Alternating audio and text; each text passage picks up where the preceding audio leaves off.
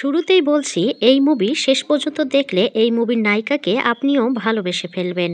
ভালোবাসা কেমন হয়, কিভাবে তা প্রকাশ করতে হয়, এই মুভি থেকে সহজে বোঝানো আমার মনে হয় না কোথাও হয়েছে। তাহলে চলুন আর দেরি না করে শুরু করা যাক। শুরুতে দেখানো হয় মৎস্যদেশের রাজা নদীর তলদেশে হাতে একটি আংটি নিয়ে বসে আছে। সে তার গুপ্তচর ব্যাংকে বলে, আমি যে মৎস্যকন্যাকে বিয়ে করতে চেয়েছিলাম সে কোথায় হারিয়ে গেল। কিন্তু ব্যাংক তাকে বলে, মহারাজ তার তো কোনো খোঁজই পাওয়া যাচ্ছে না। এ কথা শুনে মহারাজ অনেক রেগে যায় এবং সঙ্গে সঙ্গে তার শক্তি দিয়ে ব্যাংকটিকে তার মুখে টেনে নেয় এবং তাকে আদেশ দেয়, নদী নালা খাল বিল যেখান থেকে পারো মৎস্যকন্যাকে খুঁজে বের করো আর তাকে এখানে নিয়ে এসো। এরপর আমরা ইভান নামের একটি ছেলেকে দেখতে পাই।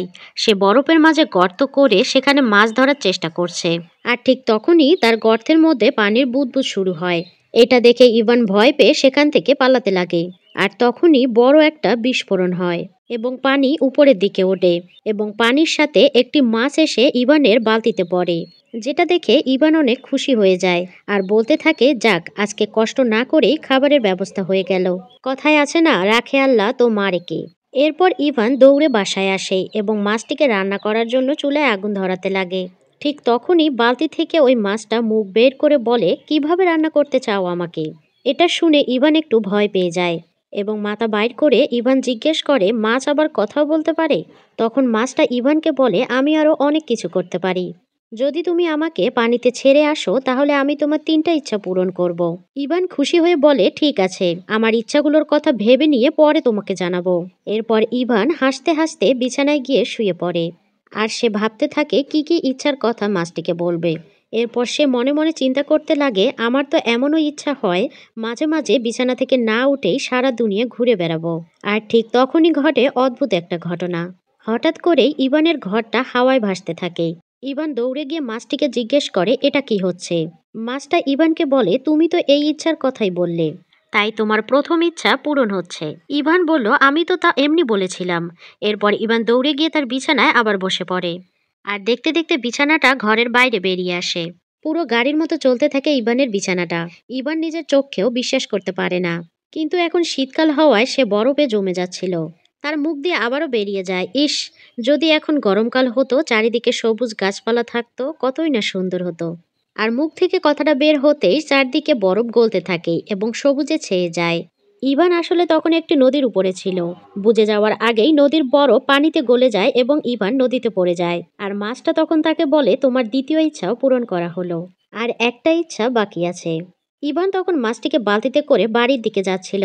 তখন পথে কতগুলো ডাকাত তাকে আটকে দেয় এবং বলে, তোমার কাছে যা কিছু আছে সবকিছু দিয়ে দাও। আসলে ইভানের কাছে তো কিছুই ছিল না, শুধু ছিল মাছটি। পরে লোকগুলো চিন্তা করে এই মাছটি রেখে দেব, কিন্তু ইভান মাছটি দেয় না। একসময় মাছটি ইভান নিয়ে দৌড় দিয়ে যায় এবং মাছটিকে পানিতে ফেলে দেয়। এই দিকে লোকগুলো তাকে উল্টা দিকে ঝুলিয়ে রাখে। কিছুক্ষণ পরে সেখানে একটি সুন্দরী মেয়ে আসে এবং ইভানের দড়ি খুলে তাকে নিচে নামিয়ে দেয়। মেয়েটির গায়ে মাছের খোলসের চাদর দেখে ইভান মেয়েটিকে বুঝতে পারে এই সেই জাদুর মৎস্যকন্যা। ইভান মেয়েটিকে জিজ্ঞেস করে, তোমার নাম কি? মেয়েটি বলে, আমার নাম ইয়ানা। ইভান মেয়েটির গা থেকে মাছের চাদরটি রেখে দেয় যাতে সে যেতে না পারে। ইভান ইয়ানাকে বলে, আমার এখনো একটি ইচ্ছা বাকি আছে যা আমি সময় মতো চেয়ে নেব। তখন ইয়ানা বলে, তাহলে এখন কি করতে চাও? ইভান মেয়েটিকে বলে, আমি রুশিয়ার রাজা জারের মেয়েকে বিয়ে করতে চাই। ইয়ানা প্রশ্ন করে, তবে কি এটাই তোমার তৃতীয় ইচ্ছা? ইভান উত্তরে বলে, না, এর জন্য আমি নিজেই চেষ্টা করব। তুমি শুধু আমাকে সাহায্য করবে। ইয়ানা ইভানের প্রস্তাবে রাজি হয়ে যায়। অন্যদিকে একজন ইংরেজ রাজদূত রাজা জারের মেয়েকে বিয়ে করার উদ্দেশ্যে তাদের রাজমহলে প্রবেশ করে। কিন্তু রাজা ইংরেজদের একদমই বিশ্বাস করত না। সে বলে, ইংরেজরা শুধু লুটপাট করতেই আসে। তখন ইংরেজ রাজদূত বলে, না রাজা, আপনার ধারণা একদমই ভুল। বরং আমি এমন একটি যন্ত্র নিয়ে এসেছি যা কোনো মানুষ ছাড়াই আপনি মিউজিক শুনতে পারবেন। মূলত এই ইংরেজের উদ্দেশ্য ছিল রাজাকে পটিয়ে তার মেয়ে নেন্সিকে বিয়ে করার। তারপর ওই যন্ত্র দিয়ে রাজাকে মিউজিক শোনানোর জন্য তার কাছে নিয়ে আসে। আসলে এই যন্ত্রের ভিতরে একজন মানুষ বসা ছিল, যে কিনা কোনো সিগন্যাল পেলেই ভেতর থেকে গান বাজিয়ে দিত। আর এই বিষয়গুলো দূর থেকে দেখছিল ইভান এবং ইয়ানা। হঠাৎ ইভান দৌড়ে রাজার কাছে এসে বলে, মহারাজ, আমি এর থেকে ভালো একটি যন্ত্র আপনাকে এনে দিতে পারবো, যেটা দিয়ে আপনি যে কোনো সময় আপনার পছন্দ মতো মিউজিক শুনতে পারবেন। রাজা জার অনেক খুশি হয়ে যায়। আসলে রাজা মনে মনে চাচ্ছিল কিভাবে ইংরেজের হাত থেকে তার মেয়েকে বাঁচানো যায়। এরপর রাজা বলে, তুমি যদি এমন কোনো যন্ত্র এনে দিতে পারো তাহলে তুমি যা চাইবে তাই পাবে। তখন ইভান বলে, আপনি কি আপনার মেয়ে ন্যান্সির সাথে আমার বিয়ে দিতে পারবেন? এটা শুনে ন্যান্সি আর রাজদূত দুজনেই চমকে যায়। কারণ ন্যান্সিরও উদ্দেশ্য ছিল সে একজন ইংরেজকে বিয়ে করবে। আর রাজদূতকে ন্যান্সির বেশ ভালোই পছন্দ হয়েছে। আর অন্যদিকে আমাদের বেচারা ইভান, কিন্তু রাজা তখন ইভানের প্রস্তাবে রাজি হয়ে যায়। ইভান বাইরে এসে খুশিতে নাচতে থাকে আর ইয়ানাকে সব খুলে বলে। আর ইয়ানা বলে, হ্যাঁ, এমন একটা যন্ত্র আছে, কিন্তু সেটা আনা খুবই কঠিন। ইভান ইয়ানাকে জিজ্ঞেস করে, কেন কঠিন কেন? ইয়ানা বলে, ওই যন্ত্রটা আছে একটা বিড়ালের কাছে, কিন্তু আজ পর্যন্ত কেউ ওই যন্ত্রটা আনতে গিয়ে জীবিত ফেরত আসেনি। ইভান বলে, কিন্তু কেন? ইয়ানা বলে, ওই বিড়ালটি ওই যন্ত্রের সাহায্যে যখন যে কোনো ধরনের মিউজিক বাজাতে থাকে, যখন কোনো খুশির মিউজিক বাজায় আর সবাই নাচতে শুরু করে, তখন বিড়ালটি তাদের খেয়ে ফেলে। আবার যখন কোনো দুঃখের মিউজিক বাজায়, তখন মানুষ ইমোশনাল হয়ে নিজেকে কন্ট্রোল করতে পারে না আর কান্না করতে করতে ঘুমিয়ে পড়ে।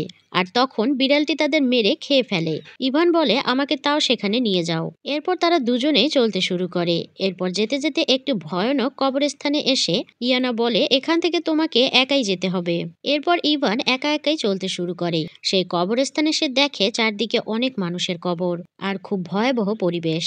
আর চারিদিকে মানুষের কঙ্কাল ঝুলে আছে। আর ঠিক তখনই সেই ভয়ঙ্কর বিড়ালটি তার সামনে এসে উপস্থিত হয়। আর সে বলে, তুমি এখানে কেন এসেছো?